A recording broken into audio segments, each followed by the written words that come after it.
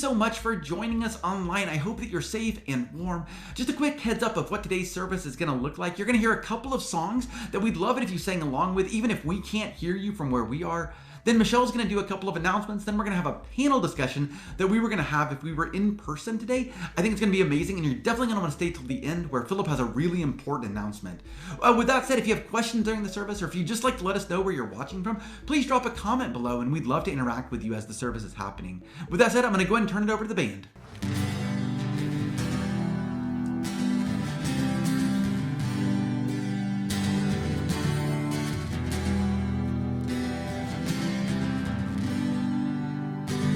Wake up in the morning, walk in love. When the evening sun is falling, gonna walk in love. Through the troubles of the day, gonna walk in love. Whatever comes my way, I'm gonna walk in love. Brother, sister, let us walk in love. Oh, I'm gonna walk in love. Singing hallelujah, we shall overcome. Oh, I'm gonna walk in love.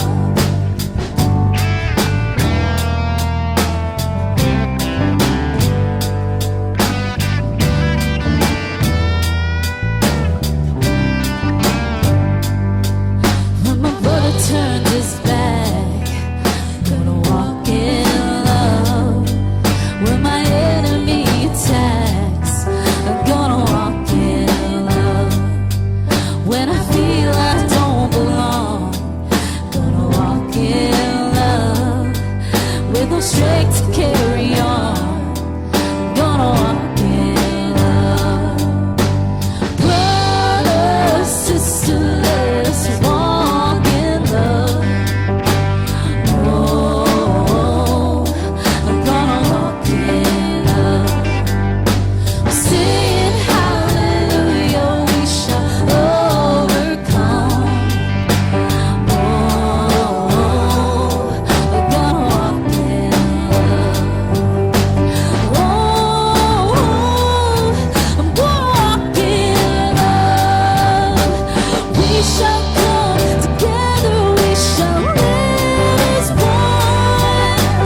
Oh, I'm gonna walk in love. And even in our suffering, we shall rise up. Oh, I'm gonna walk in love. Oh, I'm gonna walk in love.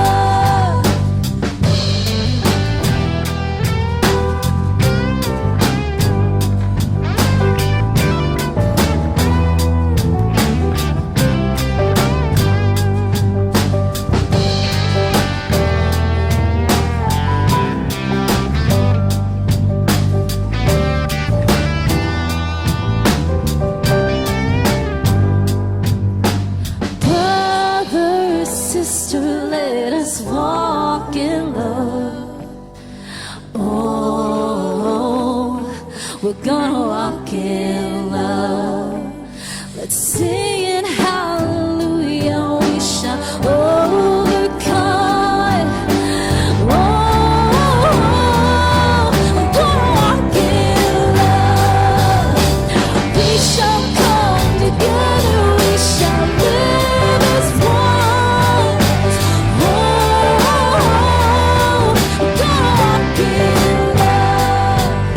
And even in our suffering, we shall rise up.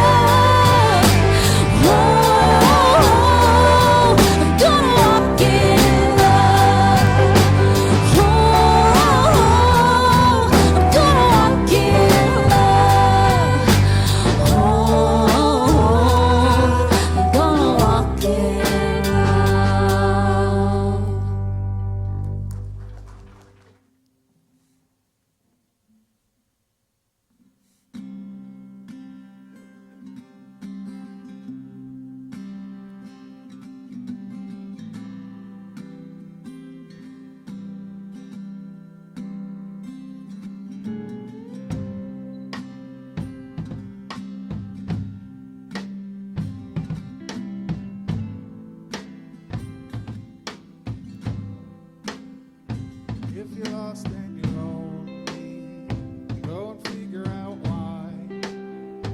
Take a trip to your dark side, go on and have a good cry. We're all lonely, we're all lonely together.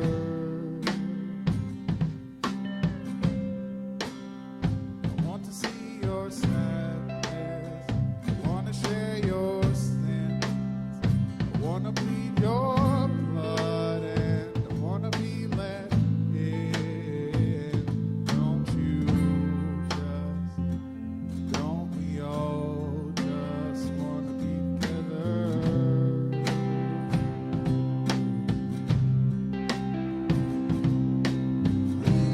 Leave what's heavy, what's heavy behind. Leave what's heavy, what's heavy behind.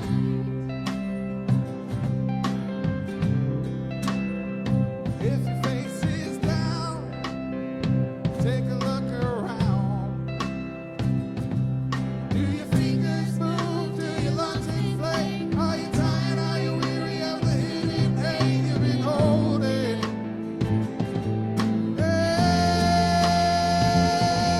Did you lose that love, or have you never had it? Are you feeling sad 'cause you did a bad thing?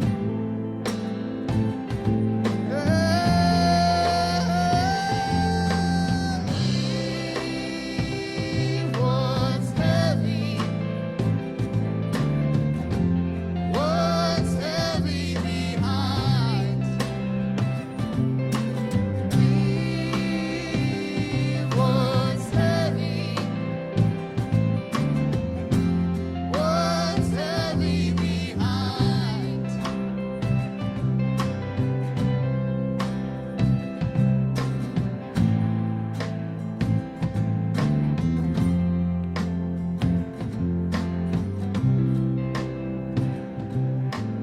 Are you feeling fearful, brother? Are you feeling fearful, sister?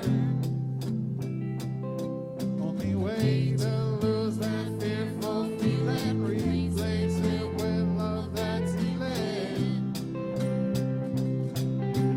Are you feeling fearful, brother? Are you feeling fearful, sister? Leave what's heavy, what's heavy behind. Leave what's heavy, what's heavy behind. Leave what's heavy, what's heavy behind. Leave what's heavy, what's heavy behind.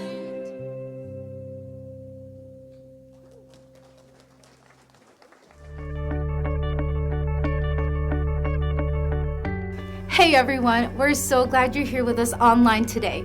Now, because of the amount of snow and for everyone's safety, we've decided to move to an online-only service this Sunday. Your safety matters to us, and we want to make sure we do our part to take care of our church family. So thank you for choosing to join us from wherever you are today. If you're watching, drop a comment below and let us know you're here. 2026 is the year for connections, and we also know that sometimes the best connections happen not when they are planned, but when they are organic. And that is why we're launching a Venues Bulletin Board Facebook group. I'll link it below so you can check that out. But if you have any extra firewood and think someone else could use it, that's where you would post that. If you need help darning a pair of socks or want to meet up with somebody for a hike, let them know by posting it on there. Now, we also got Venues Values going on until February 8th.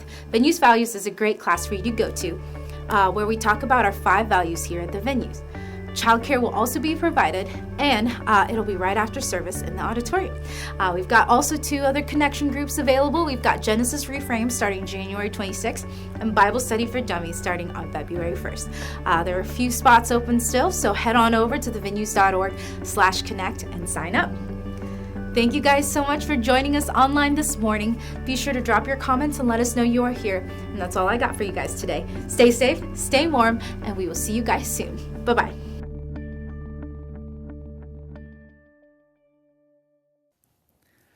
So most mornings, I get up at about 5 o'clock in the morning so that I can be at the gym at 6. I work out with a trainer, and let me just say it this way.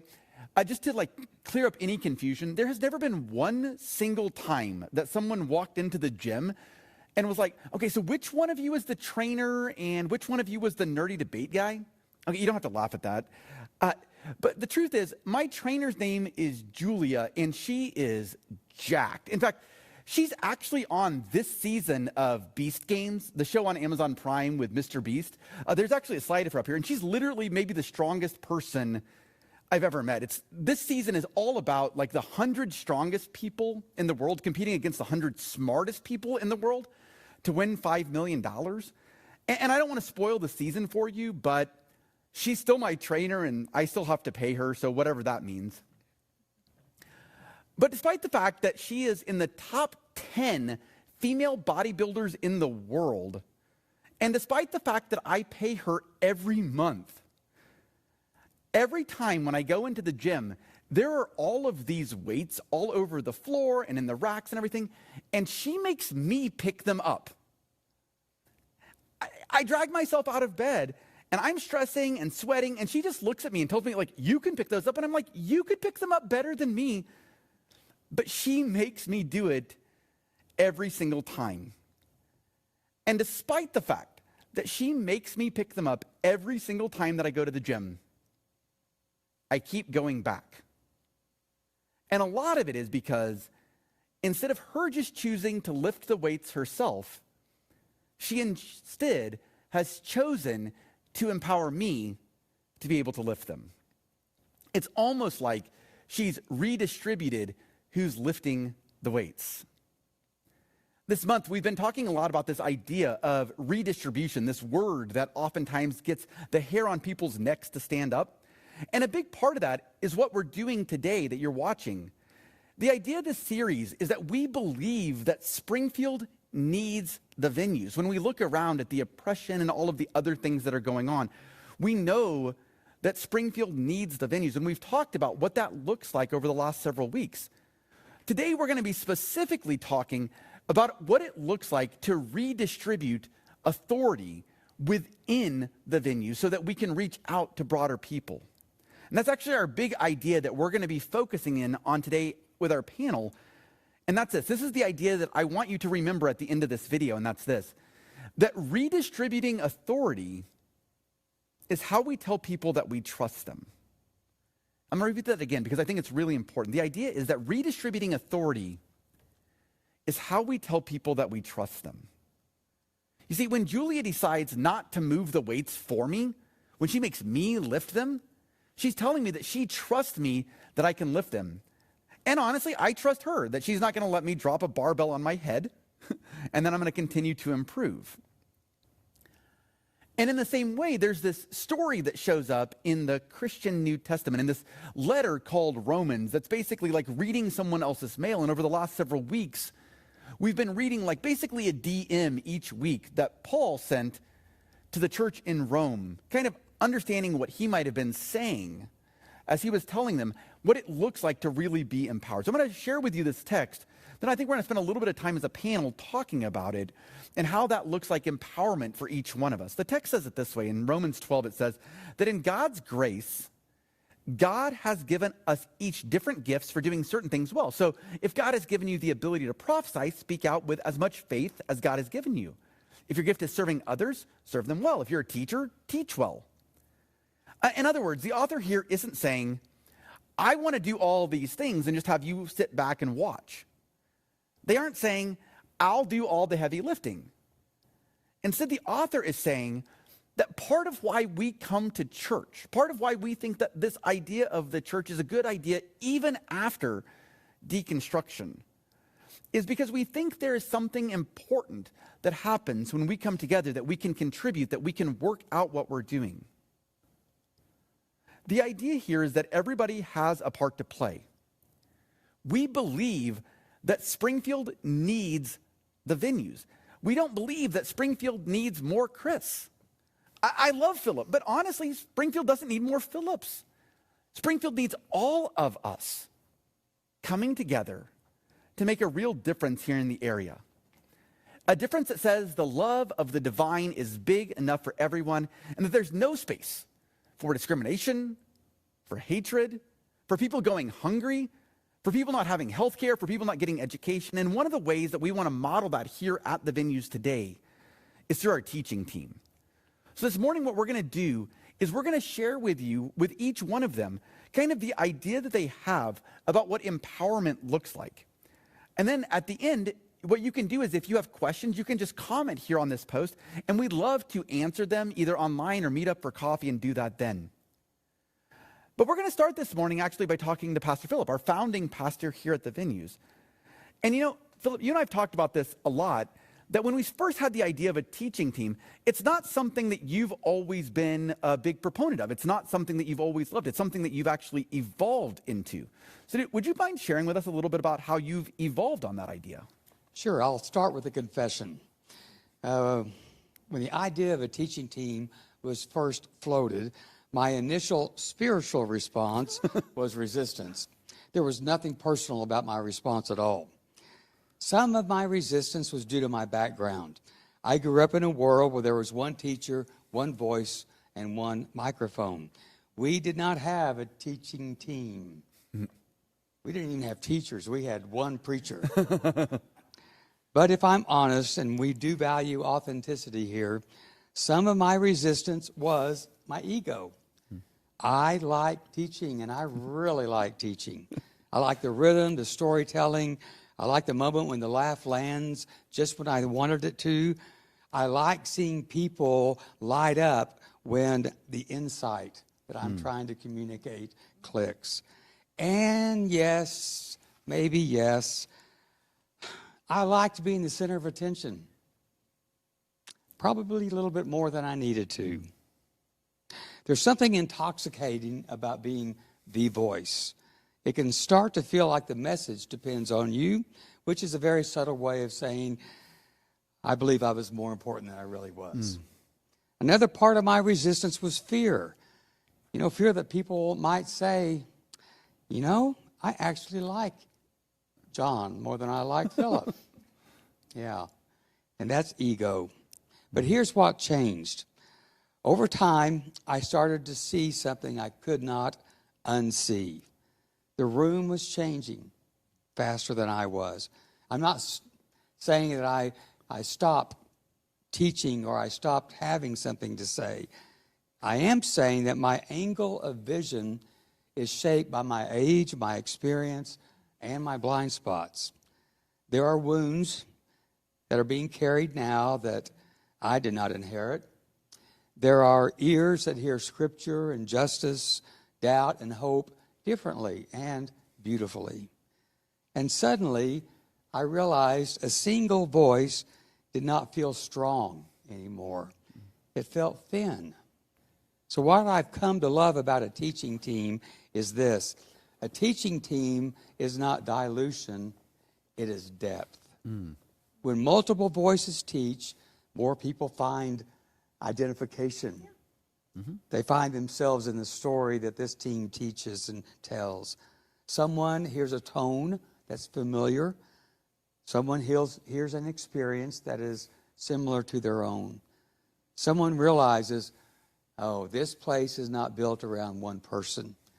This place is built around shared values. I still get to teach, and even after retirement, I will still get to teach. I'll get to do what I love. But now, I get to listen to Amanda.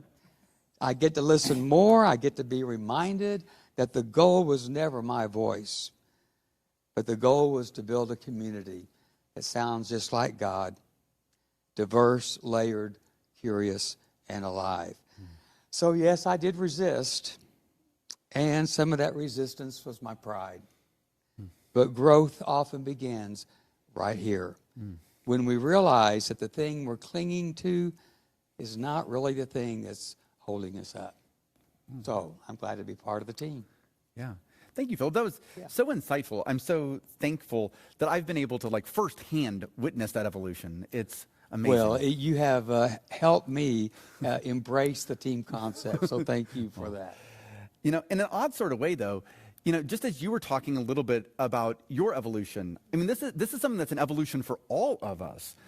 None of us have ever taught on a teaching team like this before, and the Venues has never had a teaching team like this before. So I think it's interesting to see the evolution that each one of us has gone through. Amanda, I know that you have shared with me before that you actually went through a kind of different type of evolution in the way that you, personality, have kind of thought through this, the way that you have been empowered through that. Would you mind to share a little bit about that? Of course.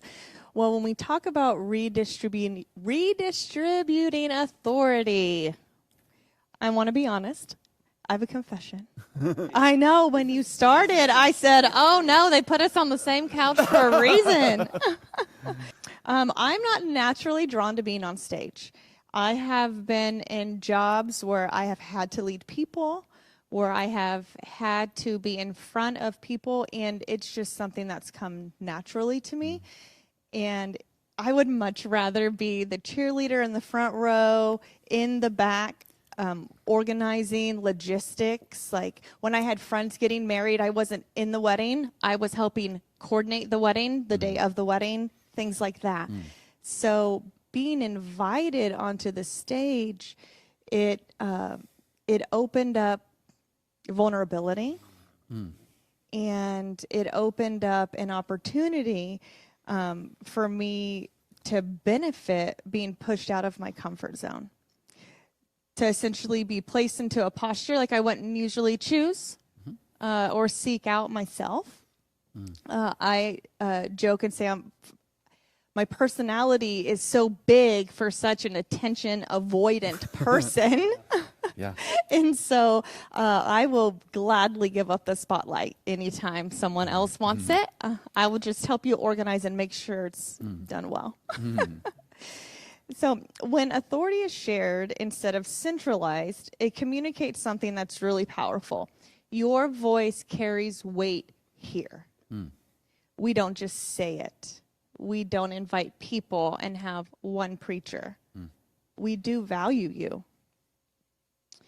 It sharpens the leader, and it empowers the community. Because when you share your stage, there's a vulnerability there going, oh, are they going to say it how I would say it? Are they going to deliver the message? Is a joke going to land? What's going to happen? And then you sit there the whole time, and then you're like, okay, that's not as bad. Oh no, is this a good thing or a bad thing? So I could see the inner dialogue, going on there. But the surprising gift about being on stage is it has taken me out of even more of doing things to be performative. So, like, I've mostly lived my life and just made the best ethical decision I can in the moment with the knowledge I have, with the people that are in front of me to like benefit the whole. And so being on stage forces me to name that out loud. So it turns my instinct and what I do into articulation.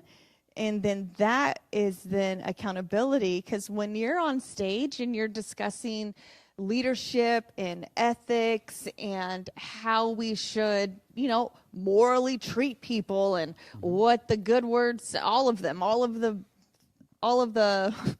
what are they? Sacred text. Yeah. Dear goodness. All of the sacred text. So there's a sense of vulnerability, and redistribution doesn't just empower the community, it sharpens the leader, and it makes you more intentional, more reflective, and more grounded. How's that sound? That sounds like I need to start all over. Glad I'm a part of your team. Oh, jeez. The surprising gift of being on stage is realizing that influence doesn't come from charisma or volume. It can come from consistency, integrity, and being willing to show up when it feels uncomfortable. That's how shared authority becomes sustainable and not performative. So you're not up here performing everybody anymore. You're sharing it. Absolutely. I am so thankful. Philip mentioned this earlier, that we get to be on your team, and that we get to be on John's team, and that we get to be on Nicholas's team, that all of us get to be on this team together, because it really does push us to being more accountable. Like we live this life of integrity because we have other people holding us up. And I'm really thankful that you shared that perspective, because it's not a perspective, and it's in a different voice, and it's in a different way than what I might have ever considered otherwise. I'm really thankful for that, Amanda. Thank you so much for sharing that. You know, one of the things that I appreciate that about is that you were sharing how you were willing to kind of step out of your comfort zone. And, you know, in a similar way, I am so thankful for the ways that different people step out in different ways, whether it was, you know, someone who started teaching early on and who had different experiences and different perspectives. And so I would like John maybe to share a little bit about his experiences. How did you kind of develop this idea? How did you first get empowered, and how has that played out for you since then? Very good question. I'd like to start, if I may, by taking a little bit deeper dive into what Paul wrote to the Romans that we looked at a few minutes ago. And this was the scripture that our pastors assigned as the reference for today's teaching. And in his letter, he says, and I'm going to summarize this, that God has given us different gifts for doing certain things well. If God has given you the ability to prophesy, then speak out. If God has given you the gift of serving others, serve them well. If you're a teacher, teach well. If your gift is to encourage others, be encouraging. If it is giving, give generously. If it's leadership ability, take the responsibility seriously. And last but probably not least, as we know here at the venues, if you have the gift of showing kindness to others, give it gladly. As a much younger fella, many years ago, at a men's prayer breakfast at a Presbyterian church not so very far away from here, I spoke on these very same verses of Scripture. Really? And as you can probably guess, my 21st century take is a little different, thanks to my long and winding faith journey that eventually and thankfully dropped me right smack here in the middle of the venues. I used to read Paul's words and assume that it was everybody's job to figure out how to squeeze themselves into one of those enumerated categories. Speech, teaching, giving, showing kindness, etc. Public speaking, leadership, showing kindness. All admirable things, but sometimes I nowadays fear that taking this categorical approach risks making too many people feel left out. What if I'm someone who doesn't feel they automatically fit into one of those roles? What if I'm someone that attends service on Sundays and says, I can't play the guitar and I can't sing, so I guess there's no place for me in creative arts. Right. I'm too nervous to get up and speak in front of folks, so I have no role in teaching. And to those of you who may have felt such sentiments since joining this family that we call the venues, I have a couple of helpful phrases from the field of law. Phrase number one, including but not limited to. Phrase number two, by way of illustration but not by limitation.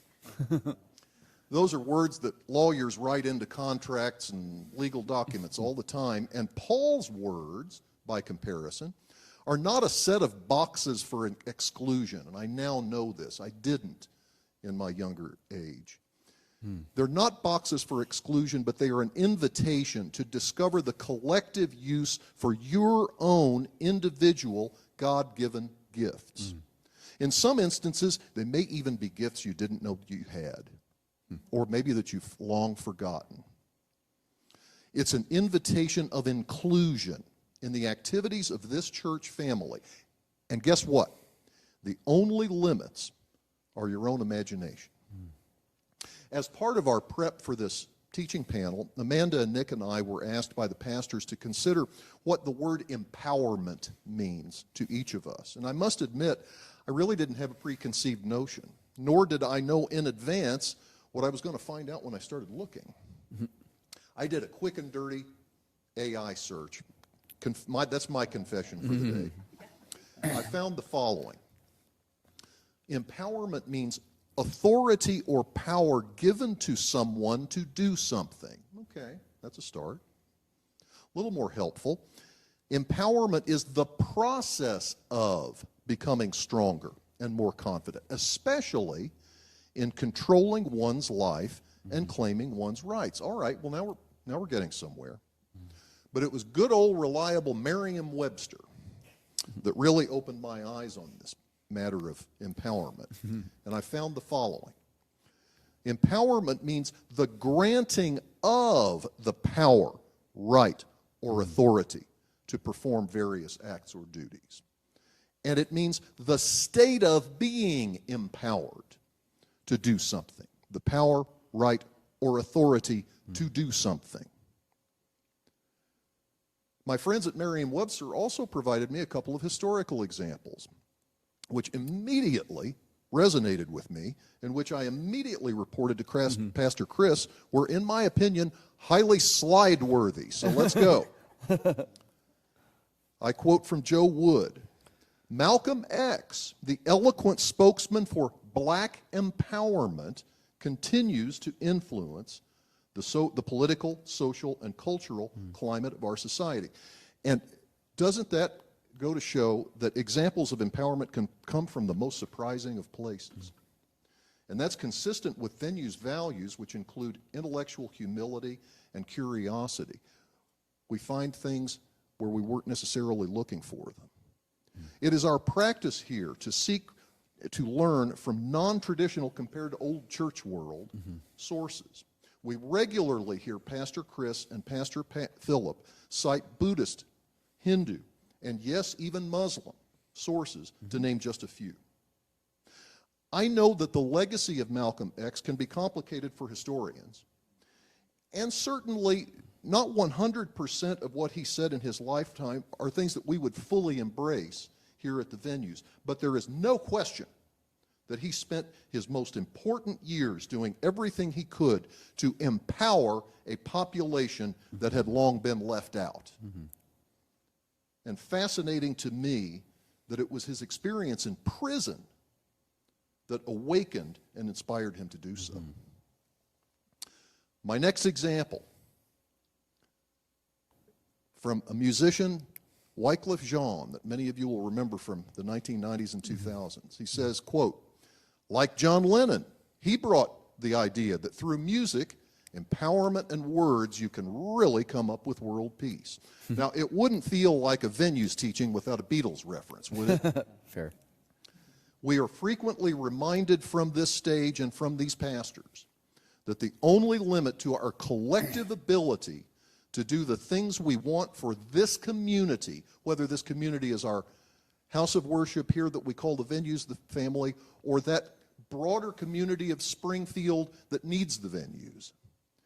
The only limit is the extent to which we can imagine ourselves together as a church family doing them. The only limit to each and every one of you finding your individual God-given gift and putting it to use here is whether you can imagine yourself doing it.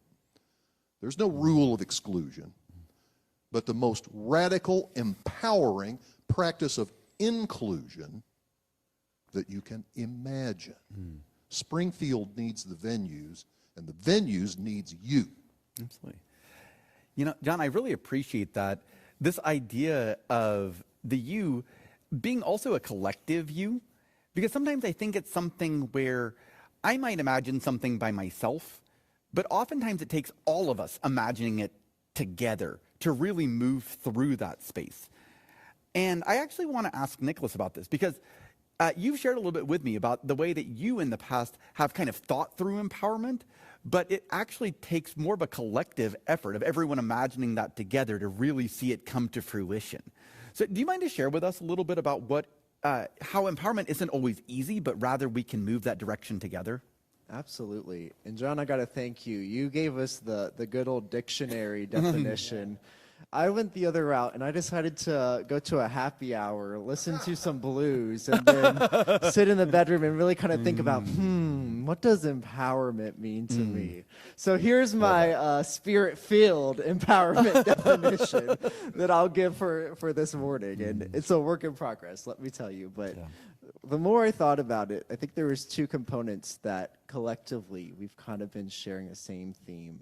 So my definition is the acknowledgement that what you need is already inside of you, and the choice and action to step into that truth.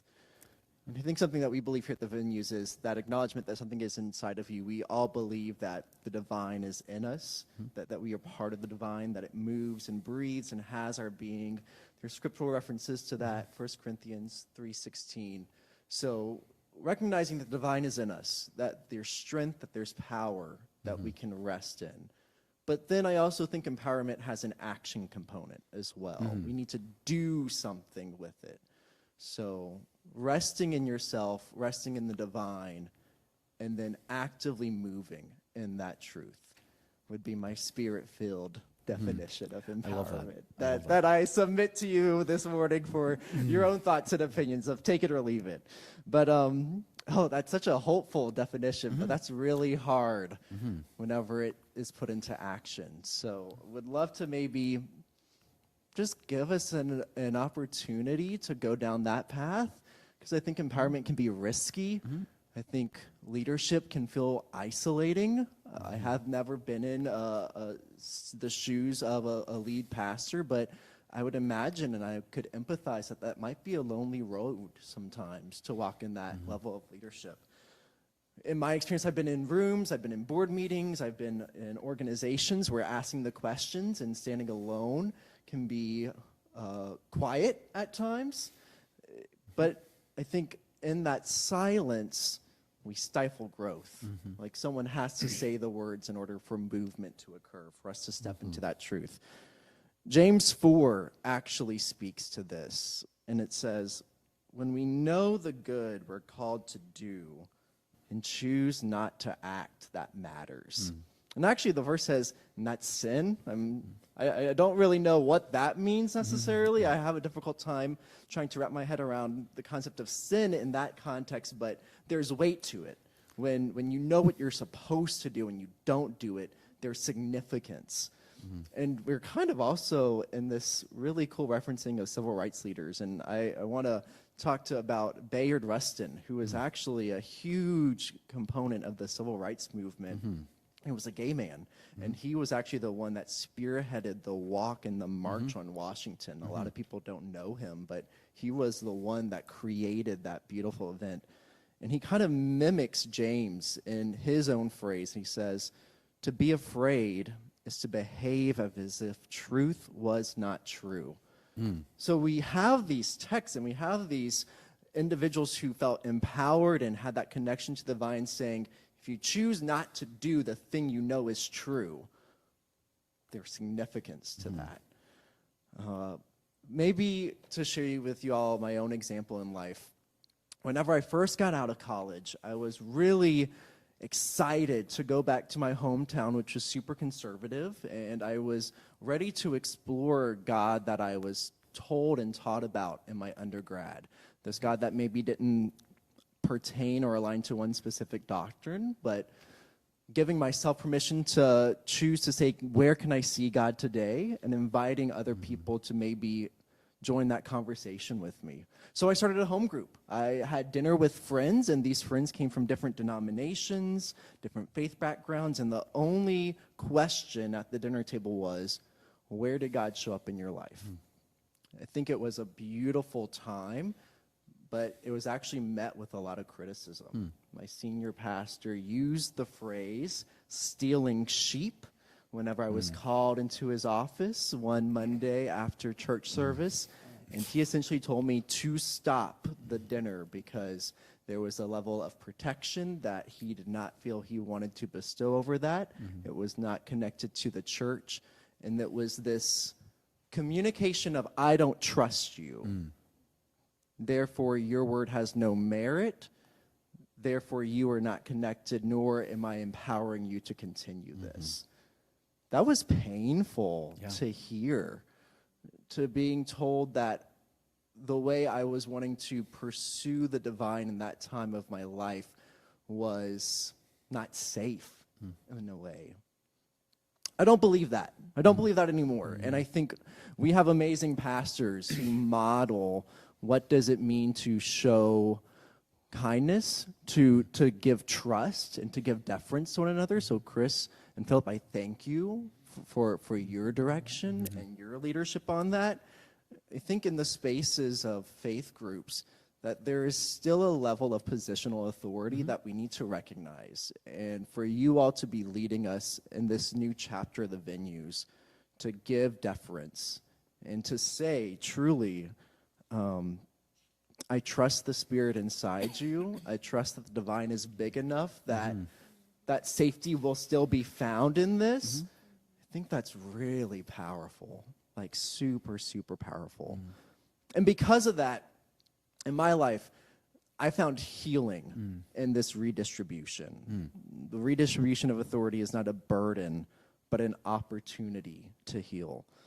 So just in my few times I've been able to be here on the stage, I've been able to, Amanda's point, kind of articulate some of my beliefs. Actually, like sit down with myself and say, well, geez, what do I believe? How can I communicate this succinctly and with clarity to share with others? I've been able to create stronger connections with people at church. For at that time, with the stealing of Sheep's story, from that point on, I withdrew from volunteering entirely. I did not put myself in volunteer capacities because I was told I wasn't safe. I served no value. So when the invitation came to be part of the teaching team, I re-engaged in a way with their church community that I withdrew from because of that past experience. It has offered us guidance. So you all don't know this, but we meet quarterly as a teaching team. And in that time, Philip and Chris give us trainings. They help us from a very true logistics development of teachings, which is amazing, I think, for us to receive that training and development as a teaching team collectively. It helps us with review. It helps us with growth and direction and refinement in our skills. All beautiful things. And I think for the last piece, it's actually allowed me to let go of some of the shame from my past experiences.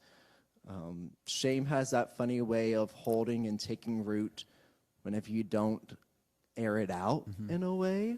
And I've had an opportunity to air out some pains, some hurts, some grievances that I think brought healing to myself. And I know in conversations with you all here at the venues, there's been moments of healing that has been found in our conversations together, and because we've been able to share stories.